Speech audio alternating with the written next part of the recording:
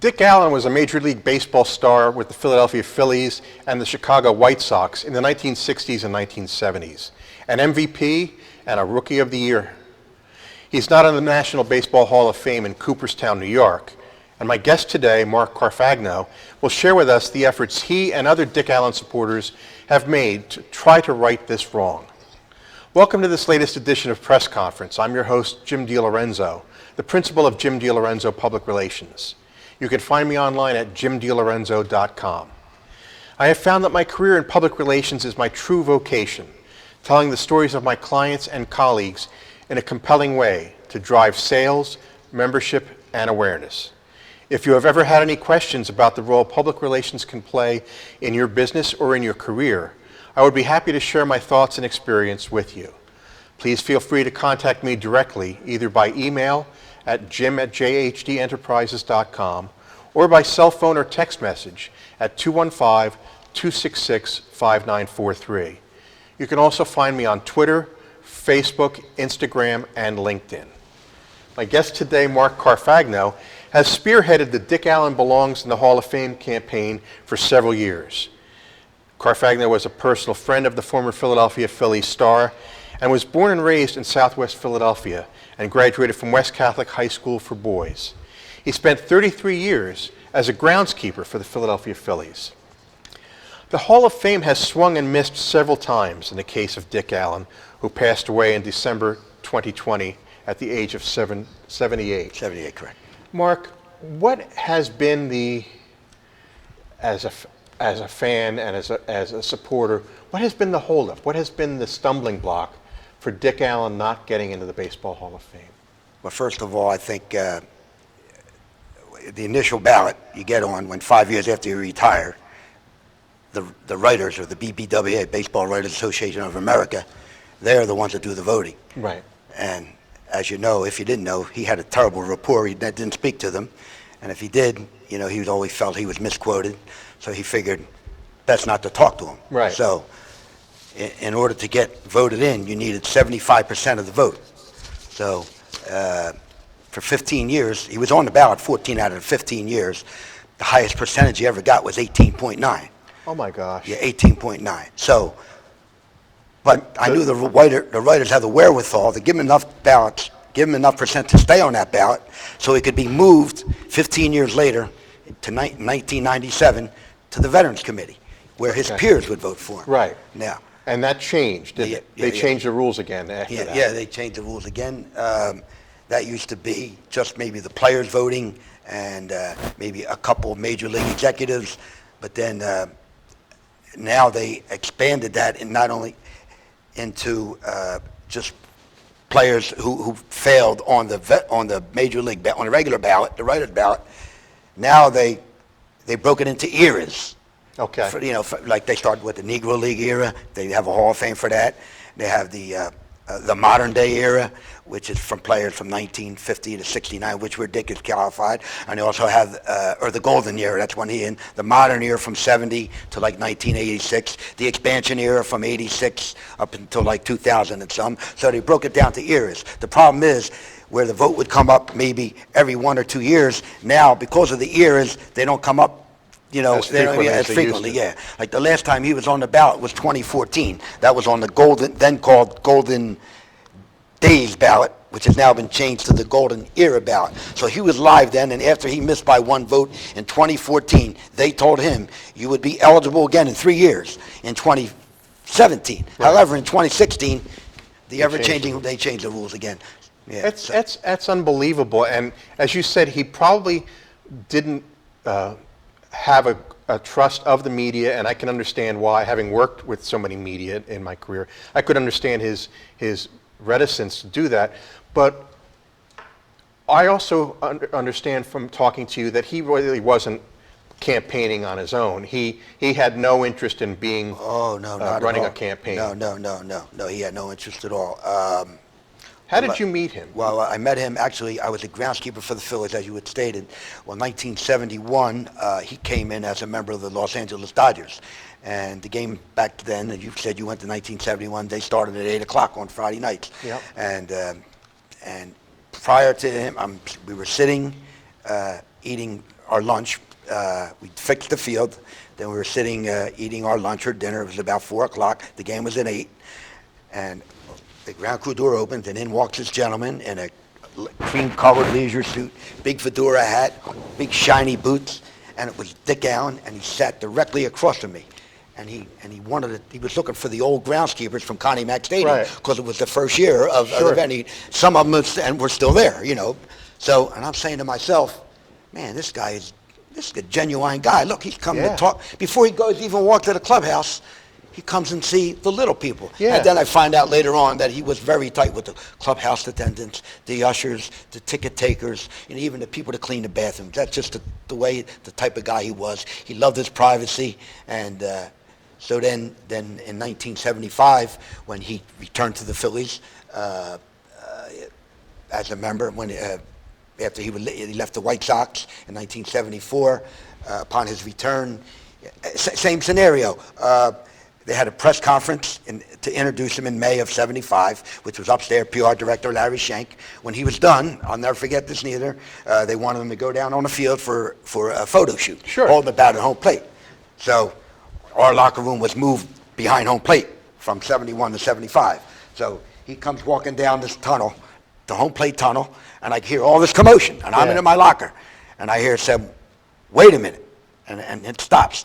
Next thing you knew, and he says, nobody in. I could hear him over here. He opens the door, and he walked in, right? And he walks right past me, and I didn't know him. I say, 50, and he goes and see Pete Sierra, who was his trainer back in the 60s, you know, when he had it real rough playing in Arkansas, and, you know, when he went through all that racial stuff, and Pete made sure he took care of him, you know, make sure he had a meal to eat, a bed to sleep on. Again, the little people. And I was there, I looked back, he gave him a big hug and kiss. Petey were reunited again, and then he walked out, and, you know, and fulfilled his promise, went out and got the photo shoot. So there's the first 2 times I actually seen him, he meets with the ground crew. The second time, he stops 100, you know, I don't know, say 50 members of the media. Back then, he says, hold on, so I'm going, and you're not allowed in, he said. I'm coming in because this is personal. And he gives this guy a big hug and kiss. So then, later on, a few days after that, he comes over to me. You know, he found out, they call me Frog, as you know. And he said to me, I did officially meet him, you know, and he said to me, Frog, he goes, I heard through Petey that, you know, you lost both your parents at a pretty young age. I said, yeah. I said, but I'm doing okay, Dick. You ain't on the way. He goes, listen, if you need anything, you know, money, anything, whatever you need, car, whatever, you know, please feel free to ask me. And he goes, and if you don't ask, I would rebut, you know. So, you know, back then, a big thing, you know, for Southwest Philly guys, we said on weekends, was going to the Jersey Shore, and sometime I was financially strapped. You know, so the team would be going away on a Thursday, and after the game, I'd look into my locker. There'd be like 2 or 3 $100 bills there. Wow! And he put them there. You know, so you know that's just the type of guy I was. Then after that, he took me up to his farm after he retired. You know, and then I got to know his whole family and stayed in touch with him until he passed. But I'm still in touch with his family. You know, you're talking 1975, and it's now, you know, we're talking over. It's almost you know, 50-some years of friendship, you know, with him and his family. That's remarkable, and I think that's something that a lot of people don't feel that connection with a player in this day and age, because back in that period of time, they lived in your neighborhood. They lived near the ballpark, or they lived in the community. They weren't in a gated community. They weren't cut off from the rest of the city. They were part of the city too. When you watched him play and you saw him and you got to know him a little bit better, and as your friendship progressed, what were some of the things that you learned that impacted his career and his reputation? Because you've mentioned in passing, African-American baseball player from Pennsylvania, facing prejudice and discrimination along the way in different cities in the South and across the country. The fans in Philadelphia treated him poorly, perhaps. Yeah, very poorly. And so did some of the management and some of the officials. How did he navigate that? To tell the truth, I really don't know how to do it. He was happy when he was in between them white lines. He was happy in between. How he navigated that, like I tell myself, I don't know how he was able to play. I mean, I was at them games when they called him every racial epithet. I was there, in 64. He came up in 64. They were on a road trip. When they came back, the 64 riots, the North Philly riots started. So who was the first target? Him. He was the first slugger. And then in 1965, he got in that altercation with Frank Thomas, right? Everybody knows that story. Frank Thomas had his own radio show. The Phillies immediately released Frank Thomas. Frank Thomas had a venue to air his grievance. And naturally, who was the target again? Next day, when the Phillies at the ball, July the 3rd or July the 4th, whenever it was, because there was no newspaper accounts of it, because it happened on a holiday weekend, July the 3rd. There's no newspaper on July the 4th. So Thomas aired his grievances, on the 4th of July. So, but the fans heard Thomas. So on the 4th of July, the Phillies are playing, now batting number 15. And from that day on, he had a target on his back, and it just got worse and worse and worse. And he ended up having to be being traded away. And they thrown the debris at him. Thus he had to wear the batting helmet. I think we have a photo of one of them incidents, Warren, and our producer. Yeah, they threw a smoke bomb at him, and kind of changed the course of that particular game. But he was really under fire a lot during his tenure as his first go-round with the Phillies. Oh, absolutely, yeah. He was under a lot of fire. But first of all, they called him Richie Allen. Right. And when he first came up, and he said, "I don't want to be called Richie. My name is Dick Allen." I mean, I've been in his home in Wampum, and I see all the plaques. He was a great high school basketball player. Everything. George was with me, and it says Dick Allen. Dick Allen, his brother Ronnie Allen, they come from a great athletic family. And he says, they'll call me Richie. Why do they call me Richie? He says, to me, Richie sounds like a boy. Can't you call me Dick?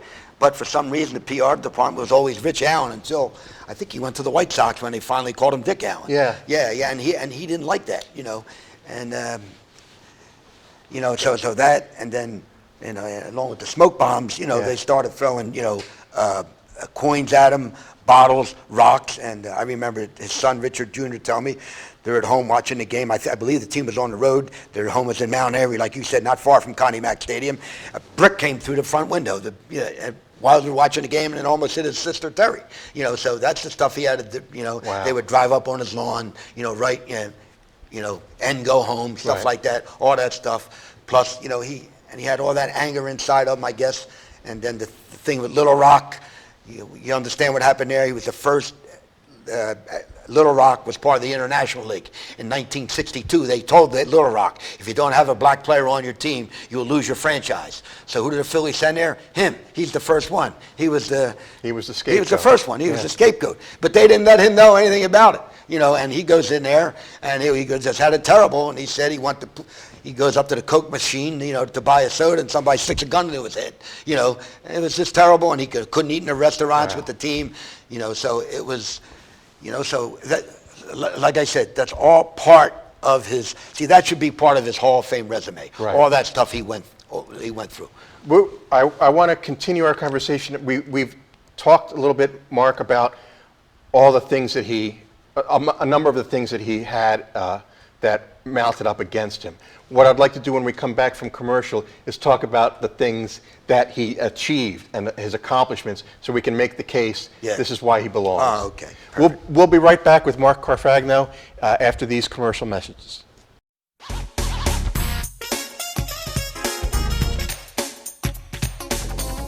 First of all, let this sink in. Dick Allen is one of the top 20 hitters in the history of baseball. That's not my opinion. It's a quantifiable measurement.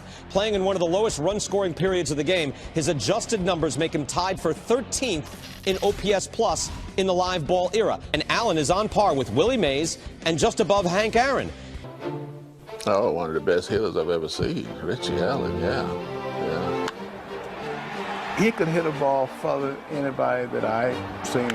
I wish that we could figure out where they landed sometimes, because they were just moonshots. The only person in the entire history of the game who may have an edge on Dick Allen for pure power is Babe Ruth.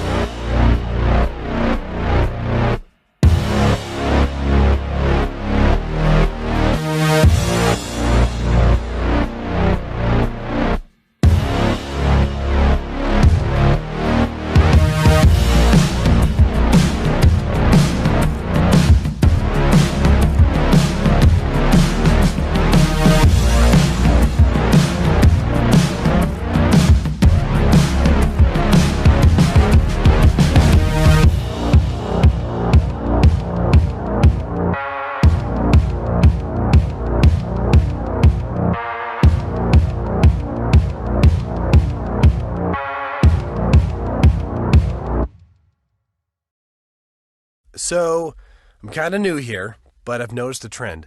My human does this funny thing where she goes around and gets all my toys, and then she hides them in that basket by the door. But it's always the same basket, and it's always in the same place.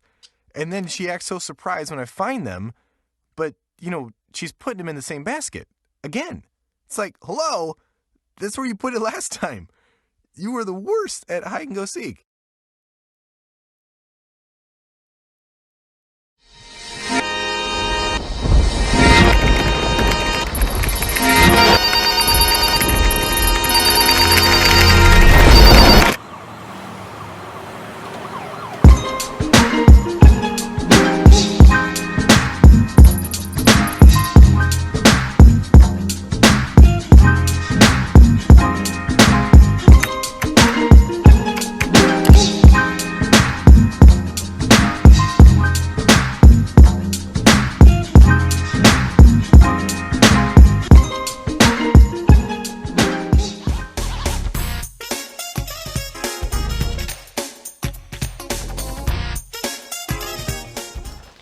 Welcome back to Press Conference, where we're talking with Mark Carfagno about why Dick Allen, Major League Baseball star and Philadelphia Phillies star, belongs in the Baseball Hall of Fame.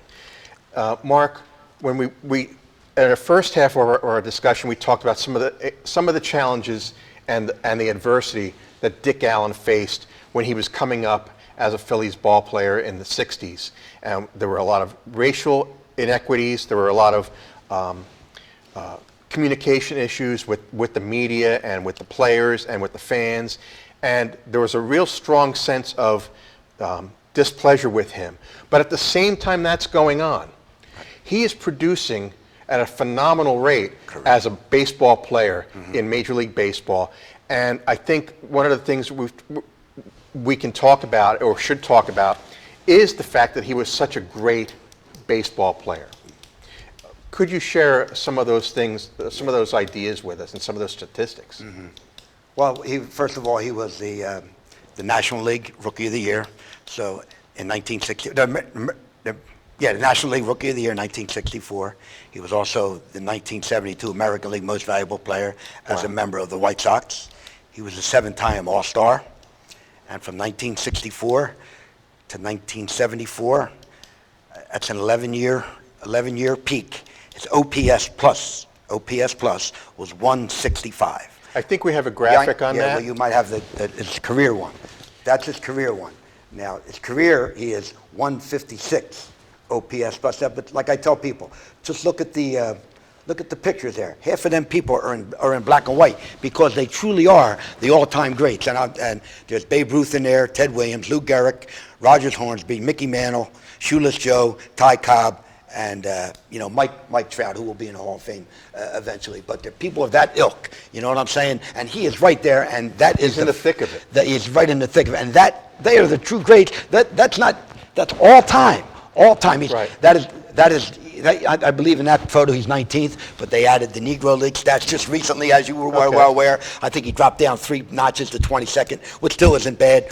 156 career, which is phenomenal. In the over 100 some years of Major League Baseball. Yeah, over 100 league players. Now, average OPS for being an average player is 100. So if you're 125, you're 25% better than the rest of the league. If you're 150, you're 50% better than the rest of the league. So he was 56% better than all of his peers. Now, in the history of the game, he's still one of the greats. Yeah. Now you go look at that list, and if you want to look for players from his years like Clemente, I think Aaron, like Mays, or not Mays, Clemente, Stargell, McCovey, Ernie Banks, Johnny Bench, you can't find them on that list. They're way down there. Right. They're way down there. That's amazing. That is amazing, yes. And I think we have another graphic that we can show, Warren. His home runs at Connie Mack Stadium. This is also very interesting. Where the balls were positioned at Connie Mack Stadium, where he hit them. Yeah. Now, see, this is you heard earlier. They did Bill Jenkinson. I actually had to meet him. I met him in a Chick-fil-A in Valley Forge, and he says, "Mark, I'm going to go over we're going to go A to Z, make it easier. It's his 26 longest home runs in Connie Mack Stadium." Wow. So, And that was the Phillies' home for a long time. And this guy is so thorough. I mean, this guy, he is consults for the National Baseball Hall of Fame. You know, all that stuff you see on TV, that statistics and all, that the home run, he disputes all that. You know, this guy's legitimate. He does the legwork. He consults for MLB TV, Fox Sports, ESPN, Major League Baseball, and the Hall of Fame. That's how well. So anyway, he went over, and like I said, 26 of his longest home runs. And again, back to the, anytime you bring up his name to somebody 50 years and over who saw him play, the first words out of their mouth, you know, like, first words, oh, I was there when he hit it over the Coke sign. I was there when he hit it over the roof. I was there when he hit it over the right center field scoreboard, 75 foot high. He hit 2. I don't think, there's not many left-handers that hit over it, but his opposite field power is, you know, I think he's rated maybe number 2 behind Babe Ruth. Wow. And overall power, I think he also, Jenkinson rates him as the number 2 behind Babe Ruth in overall power. And he was a feared slugger. Yeah. People in the game, the pitchers that he faced, the other players on the other team, they knew him through his play. Right. They knew him for his achievements on the field. 292 career batting average, 351 career home runs, 1,119 career RBIs. He ranks 13th in the live ball era with career OPS. Incredible. 68.3 offensive wins above replacement, ranks number 1 of all position players between 1964 and 1974. National League Rookie of the Year with the Phillies in 64, 1972 American League Most Valuable Player with the White Sox, RBI champion in the American League in 72, 2-time American League home run champ, 7-time All-Star. These are incredible numbers. Yes, they are. Where if it had been anybody else, it had been in a long time ago. Absolutely, they would have been in, yeah. Now, what does the future hold? I mean, obviously, unfortunately, he passed away last year. Tragic. He never got the chance to see himself in the Hall of Fame or be at the induction ceremony. The Phillies retired his number last summer in a very touching and moving tribute to him that he was able to attend and see the love that the fans had for him. They retired his number. What can Phillies fans, baseball fans, White Sox fans, baseball fans do to help move this along? And what should we be doing, or how can we get people's attention to have this Well, first of all, we have a tremendous Facebook page. Dick Allen belongs in the Hall of Fame. Just requested join. You know, that. But as far as like you had asked me before about petitions, we've sent petitions. We've sent thousands of names up there. It's beyond that. We've done everything. We've written letters. But if the fans want to write a personal letter to the Hall of Fame, that address, they gave it to them. Sure. They can write it to National Baseball Hall of Fame, 25 Main Street, Cooperstown, New York, 13326. Attention, Golden Days Committee. Okay. Yeah. That's a great. And there are some. If you go to the Facebook page, there's a lot of material to look at. Also, there's a Dick Allen Belongs website that has video and other stories about Dick Allen's career. We're paying a lot of attention these days to issues of diversity and inclusion and righting some wrongs that have been done. As you mentioned earlier, the Negro League's statistics have been reabsorbed into the overall Major League Baseball statistics. They have been kind of kept separate for all these years. We have a Jackie Robinson Day every year to recognize Jackie Robinson's achievements and being the first to break the game's color barrier in 47. There's also ways that Dick Allen kind of forced Philadelphia baseball fans and sports fans to confront their own racism and to confront their own issues.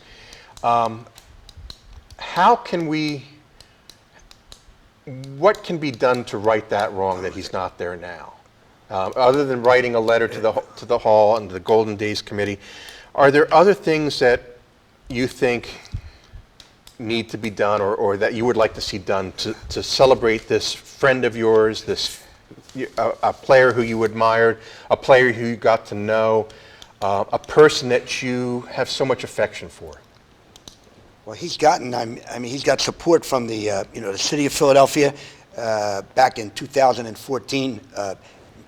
He was then councilman, then Mayor Jim Kenney called him the Jackie Robinson of Philadelphia, because, which he really was. And then we were talking about that crash course in the classroom where we went around educating the students of Philadelphia, saying they know what the number 42 represents, right, but they don't know they didn't know that they had one right here in Philadelphia. So we educated them.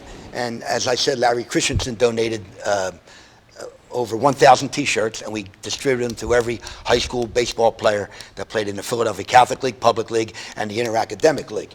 Now, as far as, he was inducted to the Negro League Hall of Fame, but I agree, with the climate of today, you got to right this major wrong. There's a guy that went through, nobody went through. What he did, he spoke up. And, what was considered controversial, what he did in 1964, 65, 66, would now be considered courageous for him speaking out. So, he's got to get credit, and other players will say, he led the way. You listen to Gary Matthews, you listen to Dave Cash. They said, he led the way to us. He led the way. Jackie started it, but, Dick, followed along with Jackie. Dick always told me, and you had mentioned Western PA in the beginning.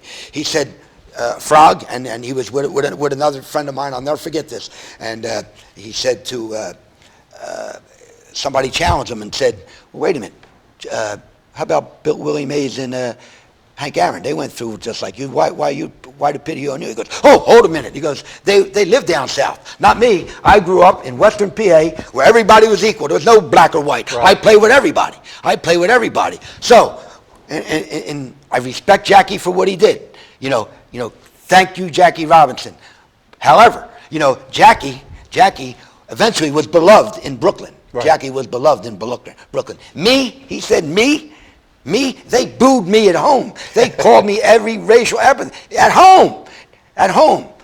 So, wow. So that's, like I said, that's all part of it. So he was a pioneer. He was outspoken, but for a purpose. Like he didn't. I think Tony Taylor had to tell him that his contract, he wasn't getting the amount he was supposed to get. He wasn't even getting the minimum amount. Wow. So he had to go back in there and negotiate with, the general manager or whatever. So it's really incredible the stuff that he had to endure. But to do that, he had to be outspoken. Sure. And he was looking at it. Blacks didn't speak back then. Back in the 60s, in the South, blacks would be treated, the ammunition, the people were firing fire hoses and sending dogs at them, in the South, and that's the. That was the environment that he played in, and that he had to overcome. And he still, like I said, he still did some amazing things that are worthy of the Baseball Hall of Fame. I always said, how did you do it? He goes, I just blocked it out. Playing baseball was fun. That's all I did. Because, they said he missed batting practice. Well, he didn't, being around that batting cage, the media was around him, but sometimes the media didn't know. He'd take batting practice underneath, under the tunnel, and there was times in spring training. Oh, Dick Allen didn't show up today. No. He took batting practice. I was there. Had to get the key to Jack Russell Stadium back then, and he would hit at 6 o'clock in the morning. Yeah. And then Danny Ozark, where was it? Okay, you can go home. But the media God forbid, tell the media, because if they knew, they would have been there 4 in the morning waiting for him. But that's just the way he was, and he knew the batting practice. There was times he needed it. There was times he didn't need it. He knew his body, and and to have that power and to bat at a 292 level for a career average, with a slugger, which is incredible, and the numbers he put up are incredible. There's other numbers too that aren't listed, but 10-year peaks. They say peaks in baseball. Look at Sandy Koufax. He got in for 5 or 6 good years. Peaks are generally between 6 to 8 years. This guy had a 10 or 11-year peak. So when you have peaks like that, you should be in the Hall of Fame. I agree, and I think our fans watching this program will agree, and I hope that you will check out DickAllenBelongs.com and the Dick Allen Belongs in the Hall of Fame Facebook page. and hopefully add your voice to the chorus that is supporting Dick Allen's candidacy. And I know that you have the support of his son and grandson and his family, and I hope that we can bring this around and bring it home for Dick Allen. I really thank you, Mark, for being my guest today. I appreciate We're going to leave with a video, and we look forward to seeing you all again here very, very soon. Give me a call, 215-266-5943, if you have any questions. We'll see you again next time. Between 1964 and 1974, the #1 hitter in the game. That's #1 in OPS plus, #6 overall in WAR, and #1 in offensive WAR. Here's the 1-2 pitch. He's playing in the deadest of the dead ball era, really, in the 1960s and then up through the early 70s. And if you do the park adjustment, the league adjustment, and the era adjustment, this is, again, right-handed hitters. He's one of the top 10 hitters in the history of the game, the equal of Frank Thomas, almost Hank Greenberg, and Willie Mays. This guy's an unbelievable offensive player. Richie Allen is one of the best players ever. Richie Allen was and still is a Hall of Famer as far as I'm concerned. If Dick Allen is not in the Hall of Fame, then the Hall of Fame has no legitimacy.